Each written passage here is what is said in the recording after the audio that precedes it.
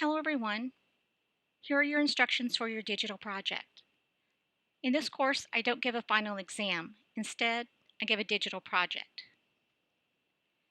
Your digital project consists of two components, a media component and a reflections essay. On your assignments link, you will see two different assignments for your digital project. One will say Digital Project Media. This is where you will submit the media component of your digital project, and the other will say Digital Project Reflections Essay, and that is where you will submit your reflections essay for this project. So let's take a look at the prompt.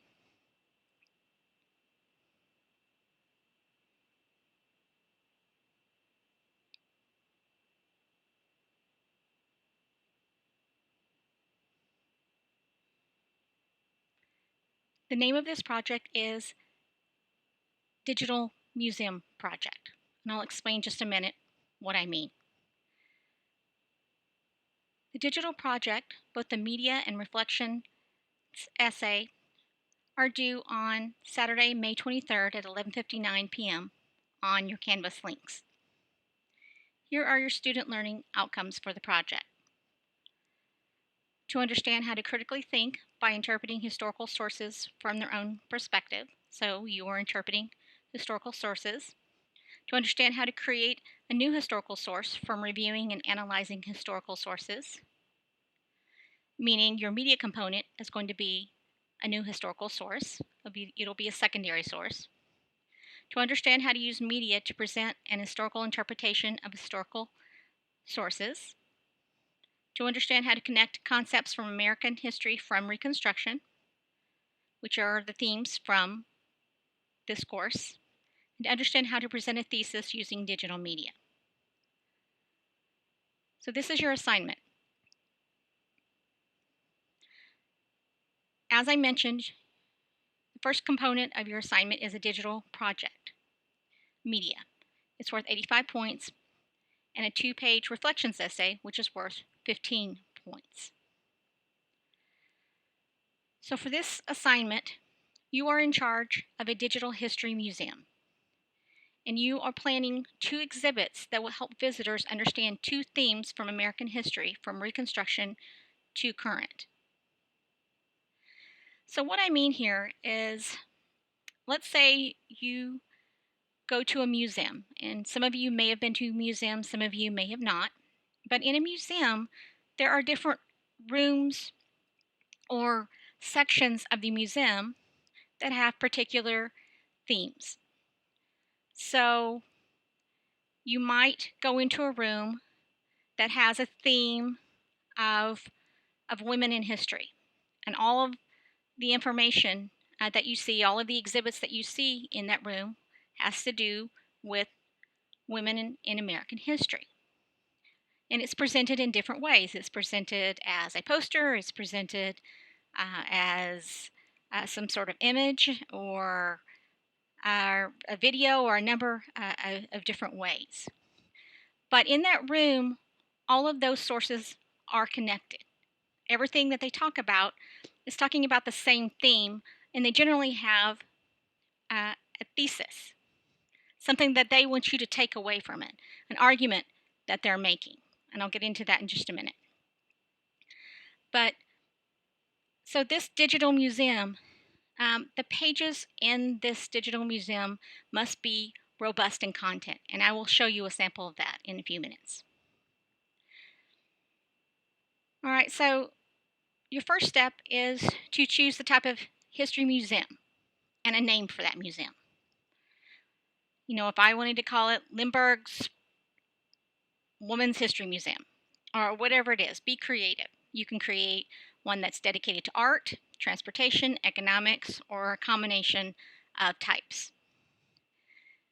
Themes, choose 2 themes from this history course. So look at your syllabus and look at the modules, and you look at the different themes that we've discussed. You know, was it American imperialism, World War I, the New Deal, whatever it was. And you can also get ideas from reviewing the course materials, including the textbook and the lectures, etc. So you're also going to have a thesis for each of your exhibits. So you're creating 2 exhibits and you will have a thesis for each exhibit. And by exhibits, I mean exhibit page because this is a digital museum. So I say here the exhibits in a museum often have a theme and make an argument, which I've already mentioned. And that argument is determined by the sources and examples from the sources they use, which I've already mentioned. Again, they have similar sources depending on what you were trying to say. So think of this in terms of you were writing a thesis for a paper. It's kind of the same idea. In a paper, you have a thesis statement and then you have all of your evidence, which is derived from all of your historical sources. This is the same idea, right? The same idea. You're just doing this in digital form. All right, so research and analysis. You're going to need to choose at least 5 historical sources for each exhibit page. And at least 3 of those sources have to be primary sources. So you need to think about what each source says about your theme and your thesis. Consider sources you find most compelling and reflective of your theme and thesis. Analyze your selected sources and make notes. This is, just don't look at the sources and go, oh, this will work. Just, look at the sources, really think about it. Think of it if you were outlining a paper. You can outline your digital museum, your exhibits as well. You may use any sources found in this course and other reputable sources. What do I mean by reputable sources? I mean any website that has a .edu in its URL or a .gov. For example, I provided a couple of examples here. You could use digitalhistory.uh.uh.uh.edu, or you could use something from the Library of Congress, something like that, but nothing from Wikipedia, nothing from Britannica Encyclopedia. It's not that the source is not reputable. You just have to be real careful when you look at .org sources as well. Sometimes they're reputable, sometimes they're not. But generally look for an edu or a .gov in those sources. You can use those. And you can, of course, use any of the sources that I've provided in this course, anything from your source analysis or anything like that as well. And if you have a question about that, please let me know, especially if you want to know, is this reputable? Can I use this? I'm happy to answer those questions. Step 5, organizing. Think of the ways that you're going to organize your sources. Again, each exhibit has to have a common thesis, common theme. So all of the sources has to support your thesis.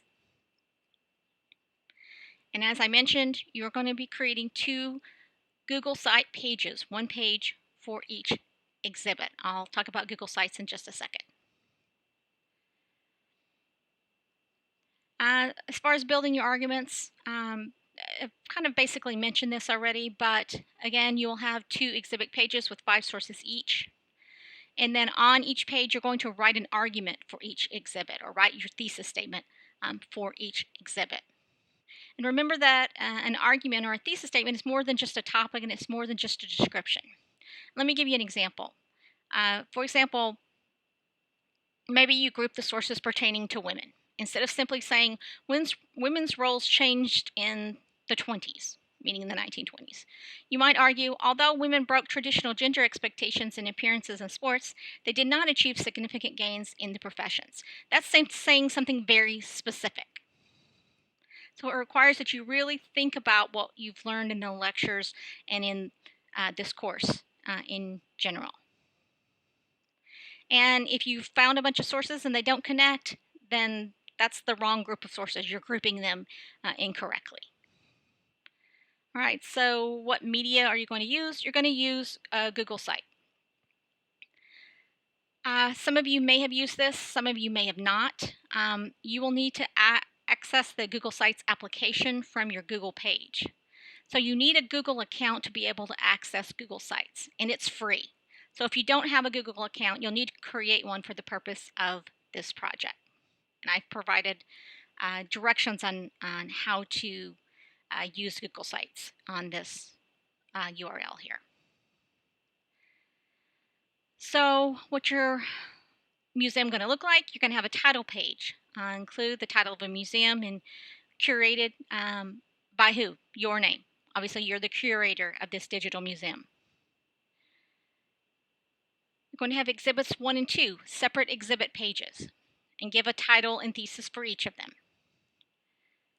Your page may include items such as images, JPEG, PNG. It may include website URLs, videos, films, PDFs, photographs, etc. And for each item, you need to include a description, context, and a brief essay-style type paragraph. About 3 to 5 sentences works fine. And these sentences will explain how each of your items support your argument. Be concise, and remember you have to represent the information from your chosen historical sources. You are also welcome to create your own videos, films, images if you choose. You don't have to, but you're welcome to do that if you'd like to do that. And a special note here, you may use images as primary sources, but you also may use images as an excerpt from a text for a secondary source.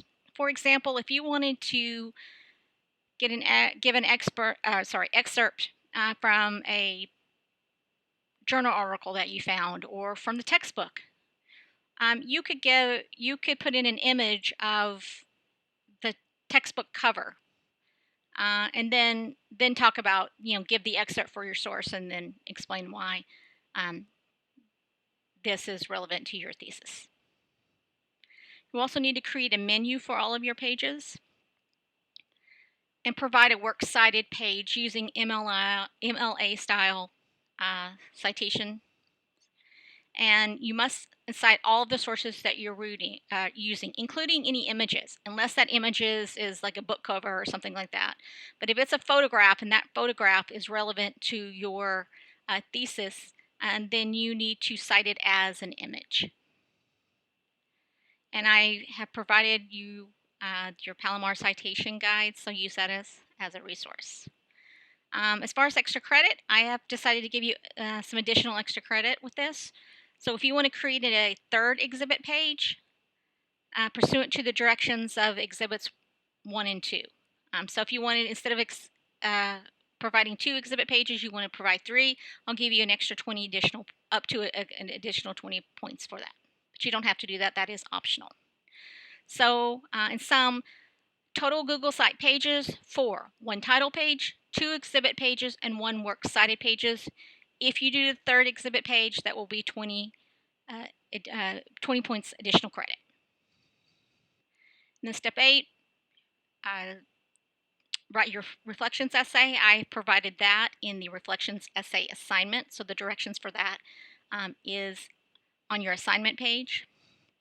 And then for your media component, you're going to submit your URL of your Google site and make sure that that is where I can access it.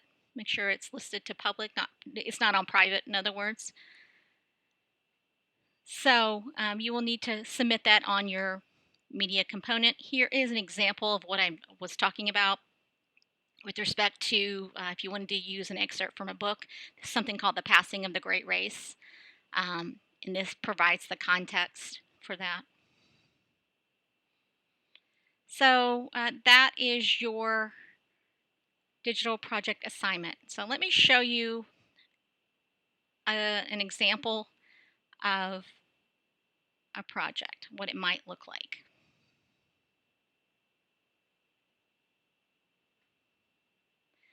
Now keep in mind this sample that I gave you is from a group project. So this was a much larger project that these students did. So your assignment is not going to have to be as big, or your project is not as big.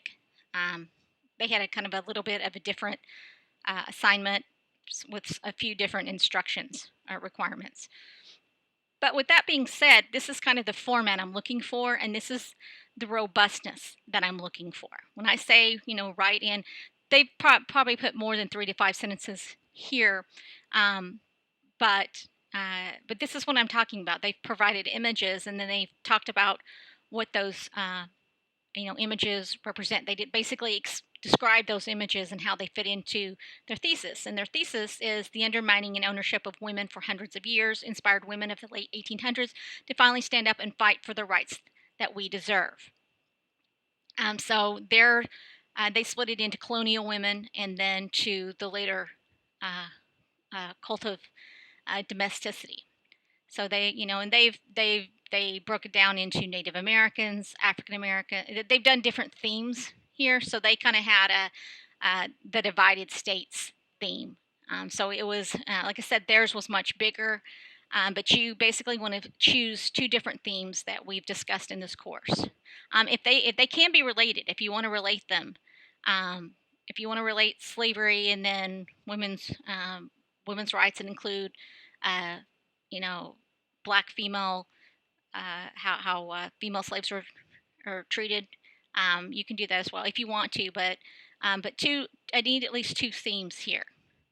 And here's the menu, and then you're going to have drop-down menus and so forth. And if you need help with how to use Google Sites, I'm more than happy to do that.